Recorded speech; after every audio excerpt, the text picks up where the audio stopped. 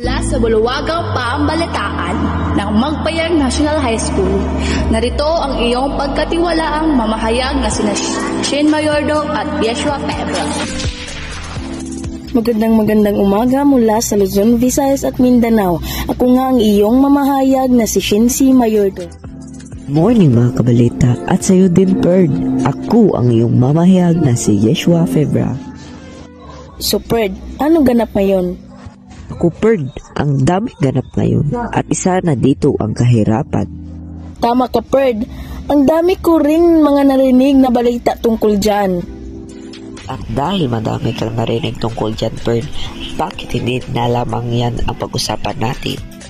Perd, napansin mo ba na maraming mahirap na naghihirap sa bansa natin?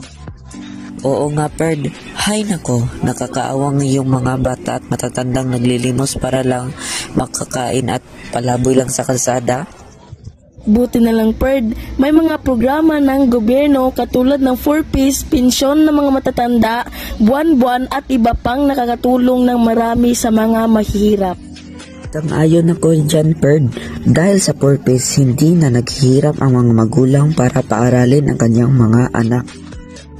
Pero Perd, karamihan talaga hindi sapat ang kanilang pang-araw-araw sa kakainin at gastuhin.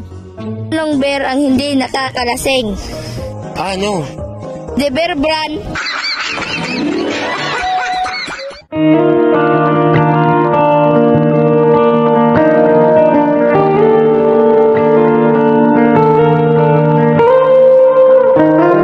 Gustong tumingin sa iyong mga mata.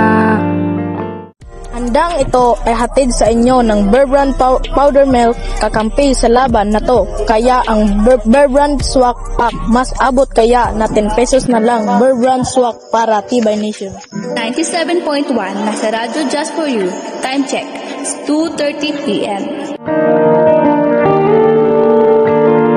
Pero kahit maraming naghihirap Perd, alam nating hindi tayo pababayaan ng Panginoon.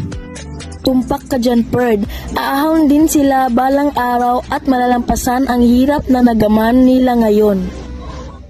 Kaya't palagi tayo magdadasal, nagpapasalamat, nanghihingi ng kapatawaran ng minamahal nating Diyos. Di ba Perd? Oo Perd, dahil sa Kanya, lahat ng bagay nagiging posible. Tumpak ka dyan Perd. At yan na ang sariwang issue na nausisa natin ngayong hapon.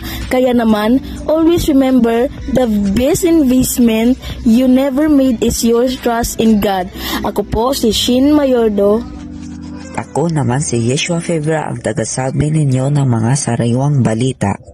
Dito lang yan sa Magpayag National High School ng Radyo Just For You.